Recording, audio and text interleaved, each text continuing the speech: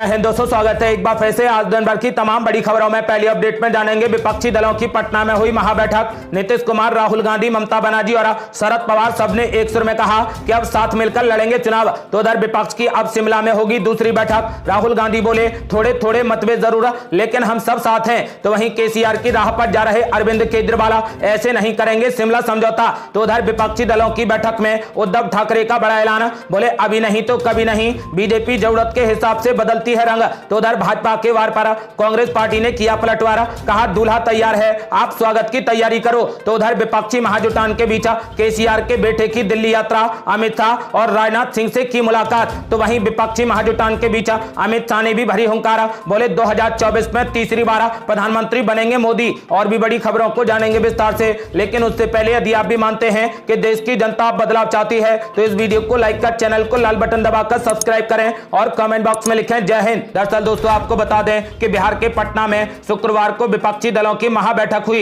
इस बैठक में 30 से ज्यादा विपक्षी नेता शामिल हुए। इस मीटिंग में आगामी लोकसभा चुनाव 2024 में बीजेपी के खिलाफ एकजुट होकर मैदान में उतरने की साझा रणनीति पर मंथन किया गया। विपक्षी दलों का यह महामंथन करीब 4 घंटे तक चला। इस बैठक के बाद ज्वाइंट प्रेस कॉन्फ्रेंस में नीतीश कुमार ने कहा कि आज की विपक्ष की बैठक में देश की सभी प्रमुख विपक्षी पार्टियों के नेताओं ने भाग लिया है। ये एक अच्छी बैठक रही जिसमें मिलकर चुनाव लड़ने का निर्णय लिया गया। उन्होंने कहा कि मल्लिकार्जुन खड़गे की अध्यक्षता में अगली बैठक होगी। एक साथ चलने पर बात हुई है, अगली मीटिंग अंतिम मीटिंग होगी। उन्होंने कहा कि हम सब साथ रहेंगे, हम बीजेपी को 100 सीटों पर रोकेंगे। उन्होंने कहा कि हम सब साथ रहे तो बीजेपी जरूर पराजित होगी। नीतीश कुमार ने कहा कि अगली बैठक में तय होगा कि कौन कहां पर लड़ेगा। जो शासन में है वे देश के हित में काम नहीं कर रहे, वे सब इतिहास को बदल रहे हैं। हम सबका अभिनंदन करते हैं। हम सभी विपक्षी पार्टियों ने यह निर्णय लिया है कि हम आगे से सभी एक साथ मिलकर चुनाव लड़ेंगे। उन्होंने कहा कि बीजेपी देश का इतिहास बदल रही है।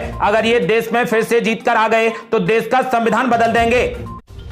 अगली बड़ी खबर, अब शिमला में होगी विपक्ष की दूसरी बैठक। मल्लिकार्जुन खड़गे करेंगे अध्यक्षता। राहुल गांधी बोले, थोड़े थोड़े मतभेद जरूर हैं लेकिन हम सब साथ हैं। दरअसल दोस्तों, आपको बता दें कि लोकसभा चुनाव में बीजेपी के खिलाफ एकजुट होने में लगे विपक्षी दलों की शुक्रवार को पटना में बड़ी बैठक हुई। इसके बाद विपक्ष ने केंद्र सरकार और बीजेपी पर निशाना साधते हुए कहा कि हमारा एक साथ आना देश के हित में है। कांग्रेस अध्यक्ष मल्लिकार्जुन खड़गे ने विपक्ष की ज्वाइंट प्रेस कॉन्फ्रेंस में कहा कि हम एक कॉमन एजेंडा तय कर रहे हैं। अब विपक्षी शिमला में 12 जुलाई को मिलेंगे। इसमें तय होगा कि आगे किस तरीके से बढ़ना है। एकजुट होकर हमें 2024 की लड़ाई लड़नी है। आपको बता दें कि 12 जुलाई को अब शिमला में दूसरी बैठक होगी जिसकी अध्यक्षता मल्लिकार्जुन खड़गे करेंगे। तो वहीं कांग्रेस नेता राहुल गांधी ने कहा कि जैसा कि मल्लिकार्जुन खड़गे और नीतीश कुमार ने बताया है कि हम अगली बैठक में इस चर्चा को और गहराई तक ले जाएंगे। उन्होंने कहा कि विपक्षी एकता एक प्रक्रिया है जो यहीं से आगे बढ़ेगी। उन्होंने कहा कि विचारधारा की लड़ाई है, थोड़े थोड़े मतभेद जरूर हैं लेकिन हम सब साथ हैं। उन्होंने आगे कहा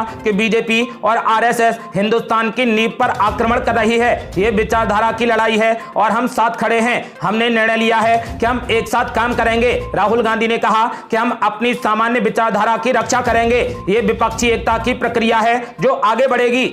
अगली बड़ी खबर, केसीआर की राह पर जा रहे अरविंद केजरीवाल ऐसे नहीं करेंगे शिमला समझौता। दरअसल दोस्तों, आपको बता दें कि बिहार के मुख्यमंत्री नीतीश कुमार द्वारा पटना में बुलाई गई बैठक के समापन पर विपक्षी दलों के नेताओं ने एक संयुक्त प्रेस कॉन्फ्रेंस को संबोधित किया, लेकिन इसमें दिल्ली के मुख्यमंत्री अरविंद केजरीवाल शामिल नहीं हुए। हालांकि प्रेस वार्ता में विपक्ष ने भाजपा के खिलाफ तीखी टिप्पणियां की हैं। एक संयुक्त बयान में नेताओं ने दावा किया कि वे आगामी लोकसभा चुनावों में भाजपा के खिलाफ एकजुट होकर लड़ेंगे। वैसे पटना बैठक में कोई सहमति नहीं बन पाई है और शिमला में एक और बैठक होने की संभावना है। आपको बता दें कि शुक्रवार को विपक्ष की बैठक से ठीक पहले दिल्ली के मुख्यमंत्री और आम आदमी पार्टी के संयोजक केजरीवाल ने कांग्रेस नेता राहुल गांधी पर हमला बोला था। बैठक में आम आदमी पार्टी का शीर्ष एजेंडा दिल्ली अध्यादेश था जिसके लिए वो सभी विपक्षी दलों से समर्थन मांग रही थी। उन्होंने गुरुवार को अल्टीमेटम दिया था कि अगर कांग्रेस पार्टी संसद के अंदर अध्यादेश पर समर्थन का वादा नहीं करती है तो आम आदमी पार्टी पार्टी नेता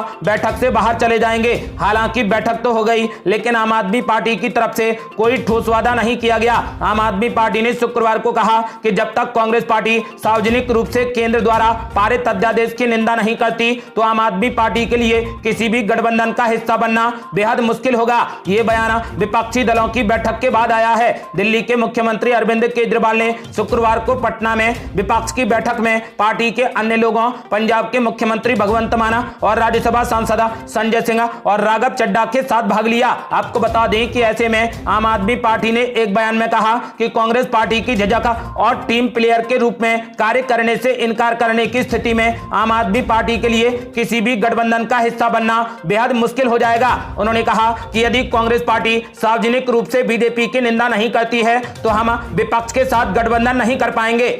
अगली बड़ी खबर, विपक्षी दलों की बैठक में उद्धव ठाकरे ने कर दिया बड़ा ऐलान। बोले अभी नहीं तो कभी नहीं, बीजेपी जरूरत के हिसाब से बदलती है रंग। दरअसल दोस्तों आपको बता दें कि 2024 में होने वाले लोकसभा चुनाव को लेकर विपक्षी दलों की पटना में महाबैठक हुई। इस बैठक में महाराष्ट्र के पूर्व मुख्यमंत्री उद्धव ठाकरे भी पहुंचे। इस बैठक में उद्धव ठाकरे ने भी भाषण दिया। उद्धव ठाकरे ने कहा कि अभी नहीं तो कभी नहीं। उन्होंने प्रधानमंत्री नरेंद्र मोदी पर निशाना साधते हुए कहा कि वो देश को हुक्मशाही की तरफ ले जा रहे हैं। उन्होंने बीजेपी पर निशाना साधते हुए कहा कि वो जरूरत के हिसाब से अपना रंग बदलती है। पटना में उद्धव ठाकरे के साथ उनके बेटे आदित्य ठाकरे और संजय राउत भी पहुंचे। आपको बता दें कि पटना बैठक में एनसीपी प्रमुख शरद पवार ने भी हिस्सा लिया। अगली बड़ी खबर, भाजपा के वार पर कांग्रेस पार्टी ने किया पलटवार। कहा दूल्हा तैयार है, आप स्वागत की तैयारी करो। दरअसल दोस्तों आपको बता दें कि बिहार के पटना में आयोजित हुई विपक्षी पार्टियों की बैठक ने देश की राजनीति को काफी गर्मा दिया है। विपक्षी पार्टियां जहां एकजुटता दिखाने का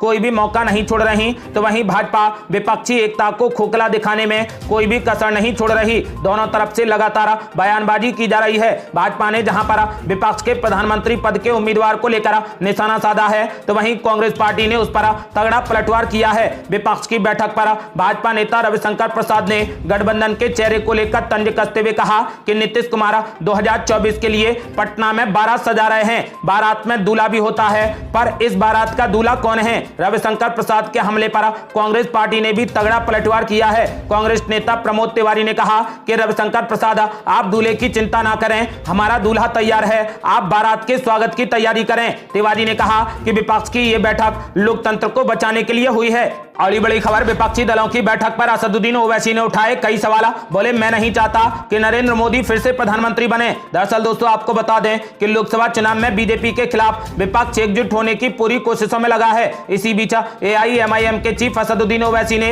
इस पर कई गंभीर सवाल खड़े कर दिए और कहा कि मीटिंग में शामिल हुए नेताओं का ट्रैक रिकॉर्ड देखा जाना चाहिए। असदुद्दीन ओवैसी ने कहा कि मैं नहीं चाहता कि नरेंद्र मोदी फिर से प्रधानमंत्री बने, लेकिन बैठक में गए नेताओं का पिछला रिकॉर्ड क्या है? क्या यह सही नहीं कि कांग्रेस और बीजेपी सत्ता में रही? मुख्यमंत्री नीतीश कुमार रेल मंत्री थे जब गोधरा कांड हुआ, वो बीजेपी के साथ रहे। नीतीश कुमार मुख्यमंत्री बीजेपी के कारण बने।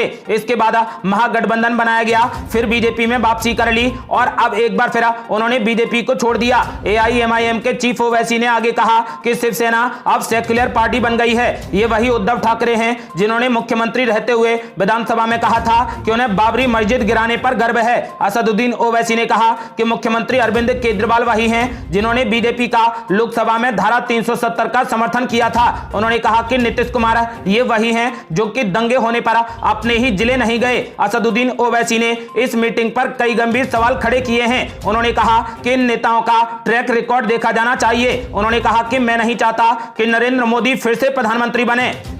अगली बड़ी खबर, विपक्ष की बैठक में अध्यादेश के मुद्दे पर अड़े केजरीवाल। उमर अब्दुल्ला बोले आपने हमें 370 पर समर्थन नहीं दिया तो हम आपको समर्थन क्यों दें? दरअसल दोस्तों आपको बता दें कि आम आदमी पार्टी ने अध्यादेश के मुद्दे पर विपक्ष की बैठक में विपक्षी दलों से समर्थन मांगा, लेकिन एक दल ने इस पर जमकर पलटवार कर दिया। दरअसल केंद्र सरकार ने मई में एक अध्यादेश जारी किया था। यह अध्यादेश कहता है कि दिल्ली में अधिकारियों के तबादले और नियुक्ति में आखिरी फैसला उपराज्यपाल का होगा। आम आदमी पार्टी इसका पुरजोर विरोध कर रही है। इसी सिलसिले में दिल्ली के मुख्यमंत्री अरविंद केजरीवाल, नीतीश कुमार, उद्धव ठाकरे, एमके स्टालिन, सीताराम येचुरी जैसे नेताओं से पिछले दिनों मुलाकात कर समर्थन मांग चुके हैं। शुक्रवार को जब पटना में इस बैठक के लिए अलग अलग दलों के नेता जुटे तो चर्चा शुरू हुई। सूत्रों के मुताबिक केजरीवाल ने इस बैठक में कहा कि केंद्र सरकार के लाए अध्यादेश का हम विरोध कर रहे हैं और बाकी दलों को इस मुद्दे पर हमारा समर्थन करना चाहिए। जैसे ही केजरीवाल ने यह बात कही, जम्मू कश्मीर के पूर्व मुख्यमंत्री उमर अब्दुल्ला ने इस पर ऐतराज जताया। उन्होंने कहा कि जब कश्मीर से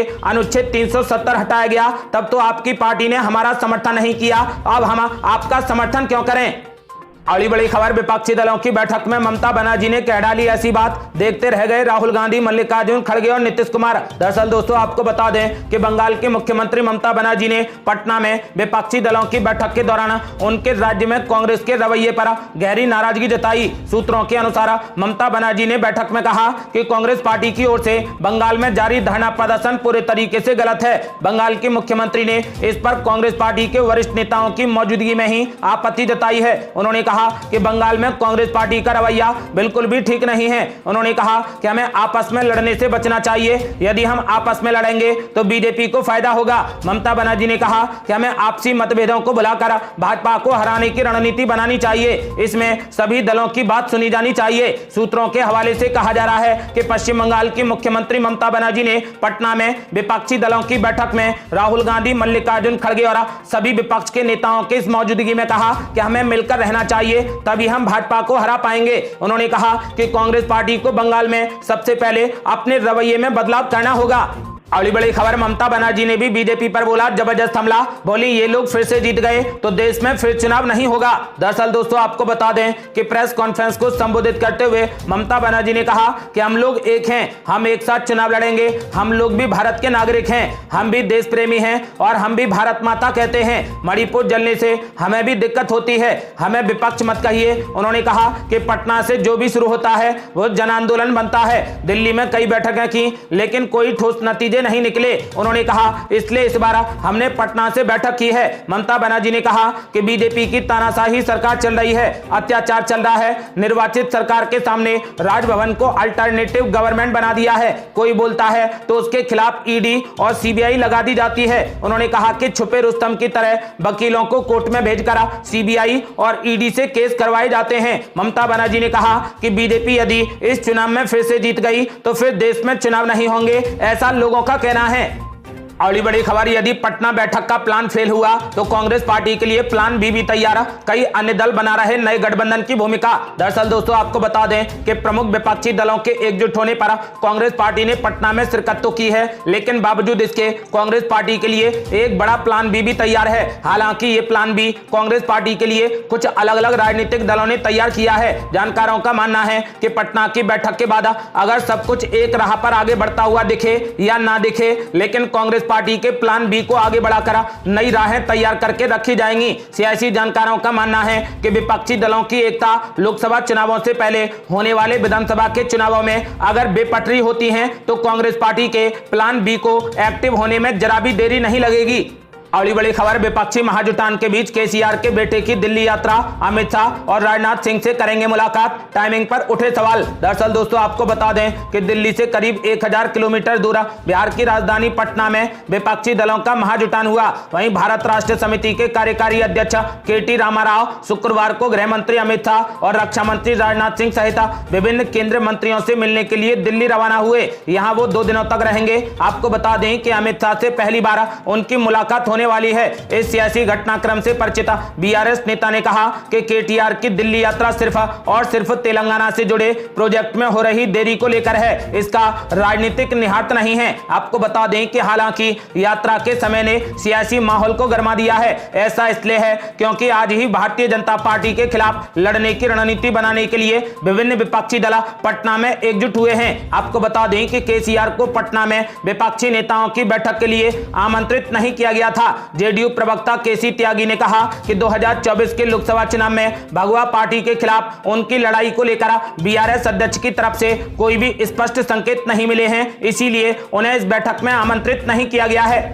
अगली बड़ी खबर, विपक्षी महाजुटान के बीच गृह मंत्री अमित शाह ने भरी हुंकार, बोले 2024 में तीसरी बार प्रधानमंत्री बनेंगे मोदी। दरअसल दोस्तों आपको बता दें कि बिहार की राजधानी पटना में विपक्षी दलों का महाजुटान हुआ। इस पर भारतीय जनता पार्टी के गद्दावर नेता और केंद्रीय गृह मंत्री अमित शाह ने निशाना साधा। विपक्ष की बैठक पर कटाक्ष करते हुए उन्होंने कहा कि आज पटना में सिर्फ फोटो सेशन चला है। साथ ही उन्होंने ये भी कहा कि नरेंद्र मोदी 2024 के लोकसभा चुनाव के बाद 300 से अधिक सीटें जीतकर प्रधानमंत्री के रूप में वापसी करेंगे। जम्मू कश्मीर पहुंचे अमित शाह ने कहा कि विपक्षी दल बीजेपी, पीएम मोदी और एनडीए को चुनौती देना चाहते हैं। वे कितनी भी कोशिश कर लें, विपक्ष एकजुट नहीं हो पाएगा। अगर वे एकजुट होते भी हैं तो देश के लोग ये सुनिश्चित करेंगे कि नरेंद्र मोदी 300 से अधिक सीटों के साथ तीसरी बार प्रधानमंत्री के रूप में वापसी करेंगे।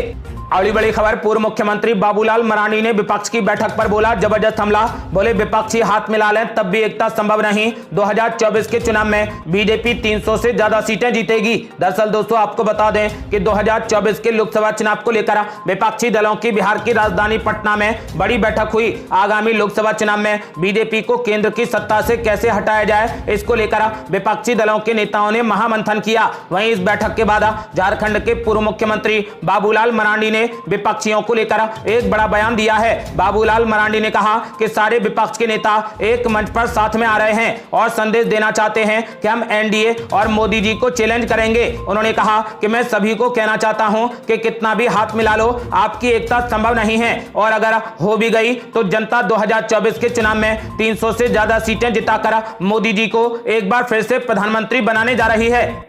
अगली बड़ी खबर, विपक्ष की बैठक पर नित्यानंद राय ने भी बोला जबरदस्त हमला, बोले 2024 में देश की जनता पीएम मोदी को ही बनाएगी प्रधानमंत्री। दरअसल दोस्तों आपको बता दें कि विपक्षी बैठक को लेकर मुख्यमंत्री नीतीश कुमार इन दिनों काफी सुर्खियों में हैं। इसको लेकर बीजेपी के निशाने पर नीतीश कुमार आ गए हैं। केंद्रीय मंत्री नित्यानंद राय ने विपक्षी बैठक पर जोरदार हमला बोला है। उन्होंने कहा कि पटना की सड़कों पर अनेकों दूल्हों की दावेदारी लगी हुई है। दूल्हा कौन है ये तो साफ समझ में आ गया है कि वहां पर कोई दावेदारी ही नहीं है। विपक्ष एक साथ लड़े या ना लड़े उससे कोई फर्क नहीं पड़ता, लेकिन 2024 में जनता नरेंद्र मोदी को एक बार फिर से प्रधानमंत्री बनाएगी। अगली बड़ी खबर, विपक्षी एकता पर जेपी नड्डा ने भी बोला जबरदस्त हमला, बोले इंदिरा गांधी ने जिन्हें जेल में डाला था वे कांग्रेस के साथ गलबहियां कर रहे हैं। दरअसल दोस्तों आपको बता दें कि भारतीय जनता पार्टी के अध्यक्ष जेपी नड्डा ने पटना में विपक्षी दलों की बैठक की मेजबानी करने के लिए शुक्रवार को बिहार के मुख्यमंत्री नीतीश कुमार और पूर्व मुख्यमंत्री लालू प्रसाद यादव को आड़े हाथों ले लिया। जेपी नड्डा ने उन्हें याद दिलाया कि वो कांग्रेस पार्टी की नेता और प्रधानमंत्री इंदिरा गांधी ही थी जिन्होंने उन्हें आपातकाल के दौरान महीनों के लिए जेल में डाल दिया था। यहां एक रैली को संबोधित करते हुए जेपी नड्डा ने कहा कि आज जब सभी विपक्षी दल पटना में गलबहियां डाल रहे हैं तो उन्हें आश्चर्य होता है कि कांग्रेस विरोध के साथ अपनी राजनीति को आगे बढ़ाने वाले नेताओं की स्थिति क्या से क्या हो गई है। उन्होंने कहा कि यही लालू प्रसाद यादव पूरे 22 महीने जेल में रहे। कांग्रेस की इंदिरा गांधी ने यानी राहुल गांधी की दादी ने उन्हें जेल में डाल दिया था। यही नीतीश कुमार पूरे 20 महीने के लिए जेल की सलाखों के पीछे रहे। कांग्रेस की इंदिरा गांधी ने उन्हें भी जेल में डाल दिया था। महाराष्ट्र के पूर्व मुख्यमंत्री उद्धव ठाकरे पर